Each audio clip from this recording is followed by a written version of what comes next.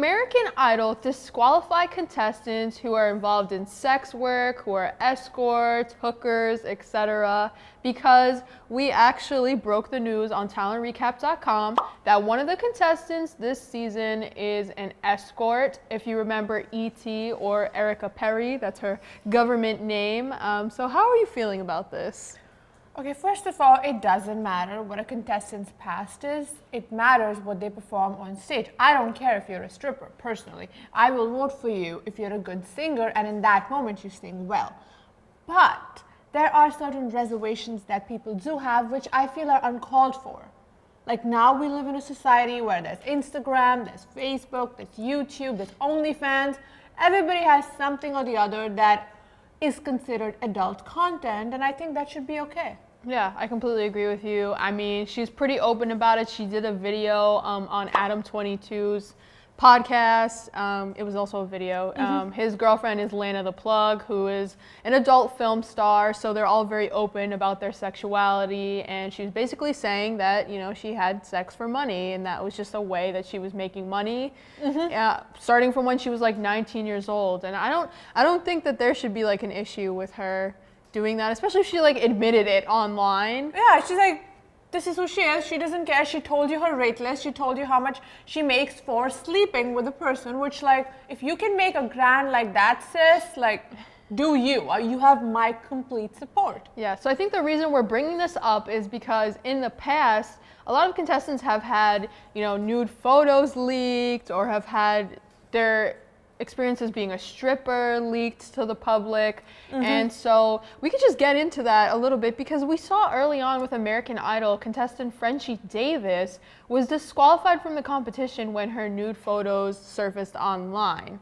And after that, any other time where nude photos were leaked, like Antonella Barba, or we had Becky O'Donoghue, it was fine and they stayed in the competition.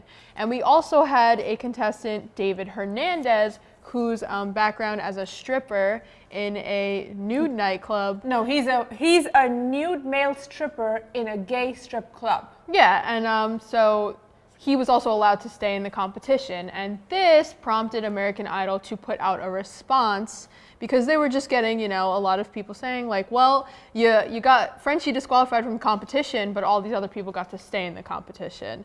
So the executive producer, Ken Warwick, was quoted from Reuters, and he said, "We've had strippers on the show before. We're never judgmental about people who do things like that. If it were some sort of heavy porn, then maybe we'd have to take action, but certainly not on this." So Frenchie Davis was disqualified because she was actually on an adult site, which means that American Idol doesn't care if you're in commercial sex work, you're a stripper, hooker, escort, anything. But if you're involved in hardcore porn, that's a no-no. Now, how do you feel about that? I mean, she said that she disclosed it to the American Idol producers and made them aware of it, but I think honestly, we really want to know what you guys think on the subject. So let us know down below, do you think contestants should be disqualified if they have a history of sex work or if they're currently involved in sex work? Because we know that there are some controversial opinions out there. We've seen it when we put the article out, and we just want to know your guys' take on it. And with all of that being said, let's get to the actual talent of the episode, because this was a pretty interesting week. So who were some standouts? So I think the dad story was pretty cool, battling addiction. It was really sad to see. Everybody was in tears. It was just amazing. Yes, Ash Reuter. Oh, yeah. The tears were flowing for me, girl. Oh my God. And my personal favorite was the BTS guy. I love that. Okay, you cannot touch BTS. Next. The army girl who just like came on the stage, took off her clothes, and she was actually wearing the shimmery silver stuff, and we were all surprised that she's in the army, but damn, sis has got it. Yeah, she brought the sassiness, the fierceness, but I think it's time for us to get into our top 3 performances of the week. And at number 3, we have Layla Mack. I relate to her on a soul level because she wants her ex to die in a car crash. I hope you drive off a bridge in the middle of the night. My mind's broken, so I think I'm just not thinking right. I mean, yes, that was her song. She did a version of Gabby Barrett's I Hope, but it was a very violent one, and I think it was amazing because if you are the kind of ex she was describing, yeah, I'd say the same thing. And I love the shout out to Queen Carrie Underwood. But we got to get into number 2. We have Alyssa Ray.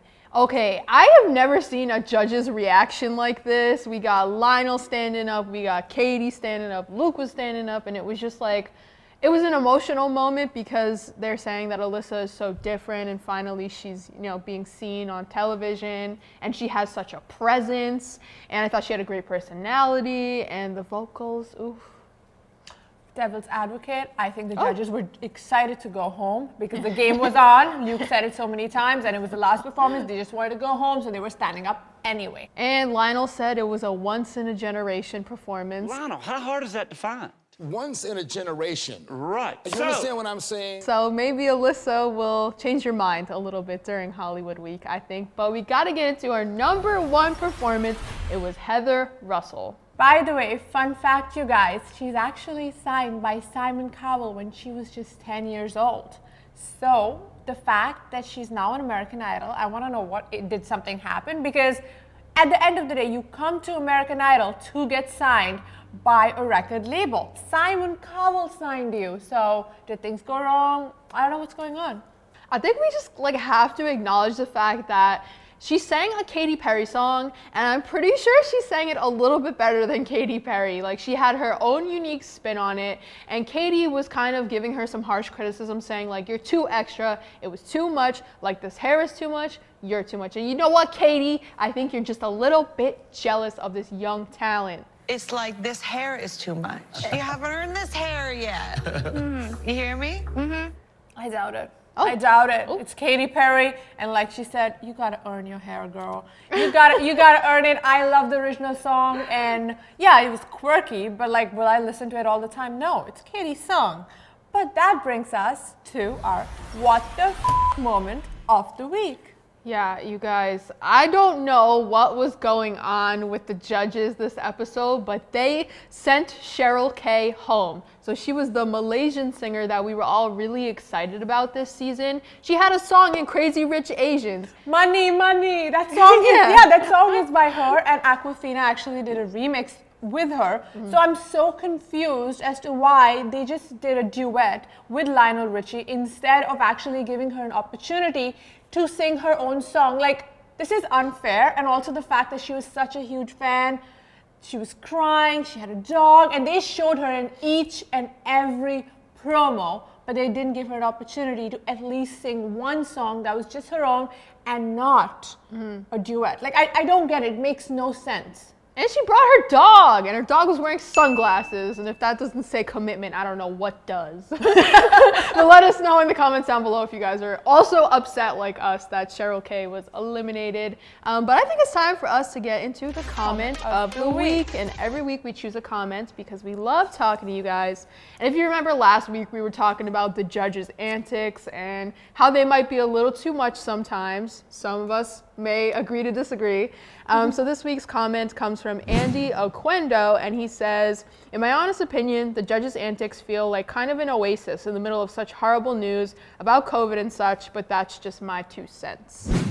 Hey, I like you. We can be friends. But like, no, that's what I'm saying. Like, yes, the judges are extra. Katy Perry is extra. She's like guacamole, you know? But you like guacamole on a toast. It like makes anything that's boring something better. And come on, let's face it, girl. Auditions, it's not like the old times where they were fun auditions. These auditions, everybody's kind of good. They all have a sob story. We need something to break the rhythm, something to keep it funny. I don't know. I'm more of a butter on toast kind of person, so All Katie's right. a little extra sometimes. But I think that about wraps up this week of auditions. Really exciting. Can't wait to see what the final week of auditions brings. But in the meantime, let everybody know where they can find you. It's Mriganka Chavla on Instagram. Come say hi. If you want to follow me, it's at SamanthaX373. And while you're on YouTube, you should hit the subscribe button and the notification bell. Follow Talent Recap on all social medias and head over to talentrecap.com because we have all the scoop on American Idol. And I think it's time for us to say, and that's our Talent Recap. Hey, what are you doing tonight? Well, I think you should hit that subscribe button down below and then we can talk.